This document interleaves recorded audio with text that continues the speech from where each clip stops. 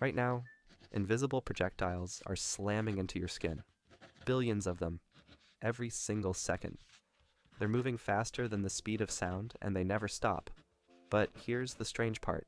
You don't feel a thing. You'd actually feel something was very wrong if they stopped. Because those projectiles are just ordinary air molecules, nitrogen and oxygen, crashing into you from every direction. That non-stop bombardment has a name. You call it room temperature. Most people think of temperature as just a number on a thermometer, 72 degrees Fahrenheit, 22 Celsius. But that number is hiding something extraordinary. Pick up anything near you. A pen, a mug, your phone. It feels solid and completely still, right? But if you could zoom in far enough, past the surface, past what any microscope can show, down to individual molecules, you'd find that nothing is still. Every single molecule is vibrating, spinning, crashing into its neighbors in a frantic, never-ending dance. This is happening right now in everything around you, even the walls of your room, even ice. And this isn't some gentle shimmy.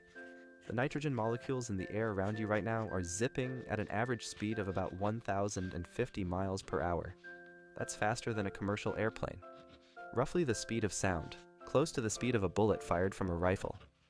But you feel nothing, because each molecule is impossibly small, and they're all moving in completely random directions. For every molecule rocketing to the left, there's another one rocketing to the right. Their motions cancel out perfectly, so the air feels still, even though at the molecular level, it's pure pandemonium. So here's the real secret. Temperature is not about hot or cold. Those are just feelings, sensations your body creates to warn you about energy transfer. Temperature, at its core, is the average kinetic energy of all the molecules in a substance. Kinetic energy is simply the energy of motion. The faster the molecules move on average, the higher the temperature.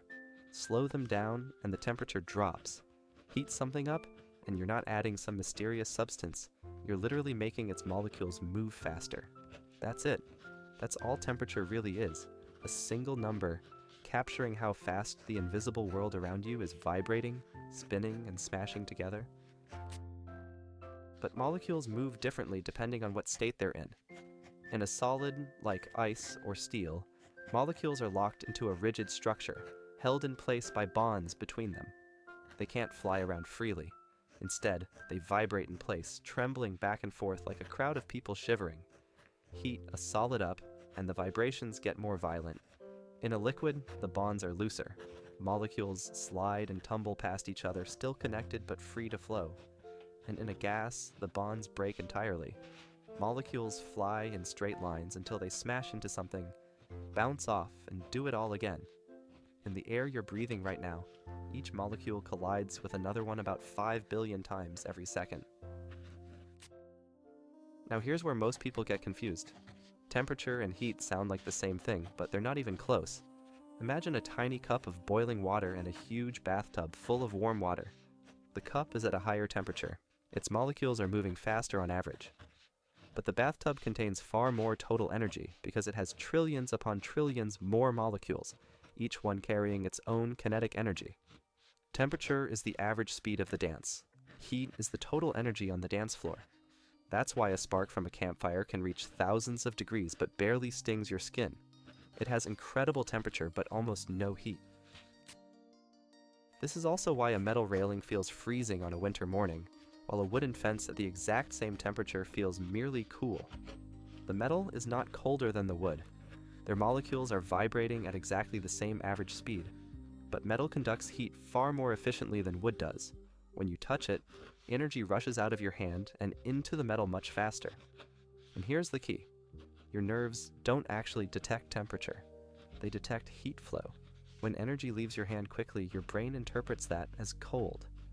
Metal is just better at stealing your warmth. Here's something even more strange. Take a block of ice and start heating it. The temperature climbs steadily. -10, -5, -1, 0. And then something bizarre happens. The temperature stops. You keep pumping energy in, but the thermometer stays locked at 0 degrees Celsius. Where is all that energy going? It's not speeding up the molecules. Instead, every bit of energy is going into breaking the bonds that hold the ice in its rigid crystal structure. The molecules need energy to wiggle free and become liquid water. And until every single one has broken loose, the temperature refuses to budge. The energy is there. It's just doing different work.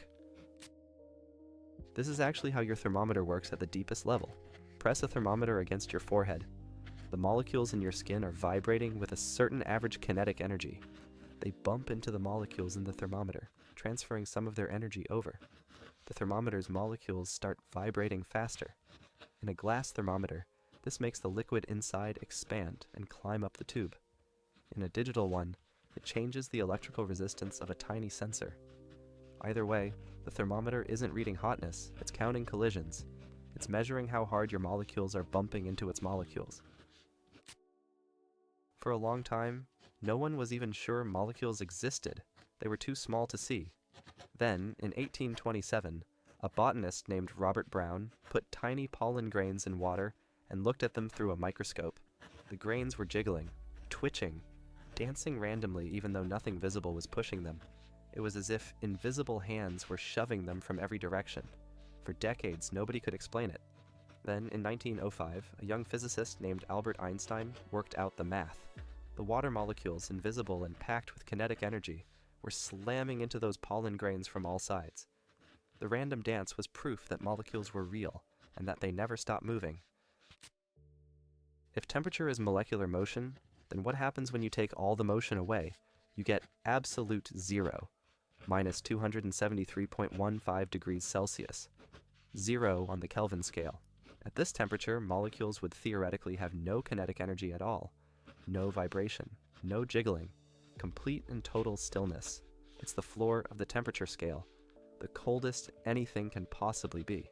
Scientists have cooled atoms down to billionths of a degree above absolute zero, reaching temperatures colder than anything found naturally in the universe.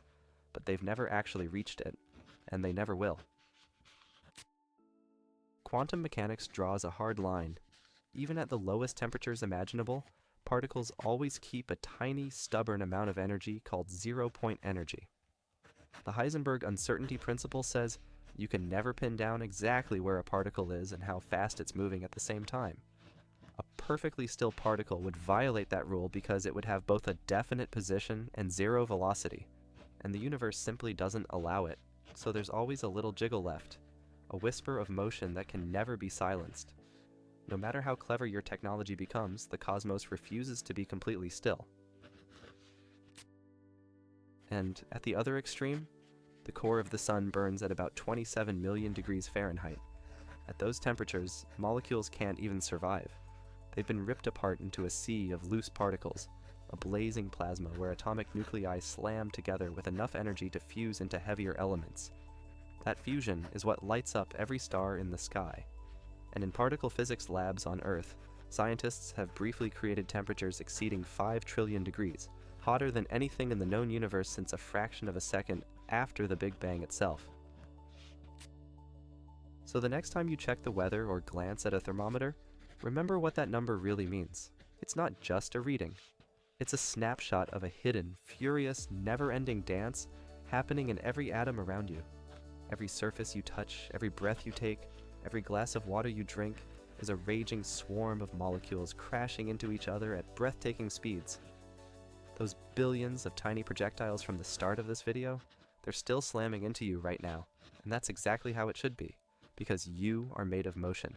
Down to your very last atom, you have never been still, and you never will be. If you like this video, check out one of these, and don't forget to subscribe.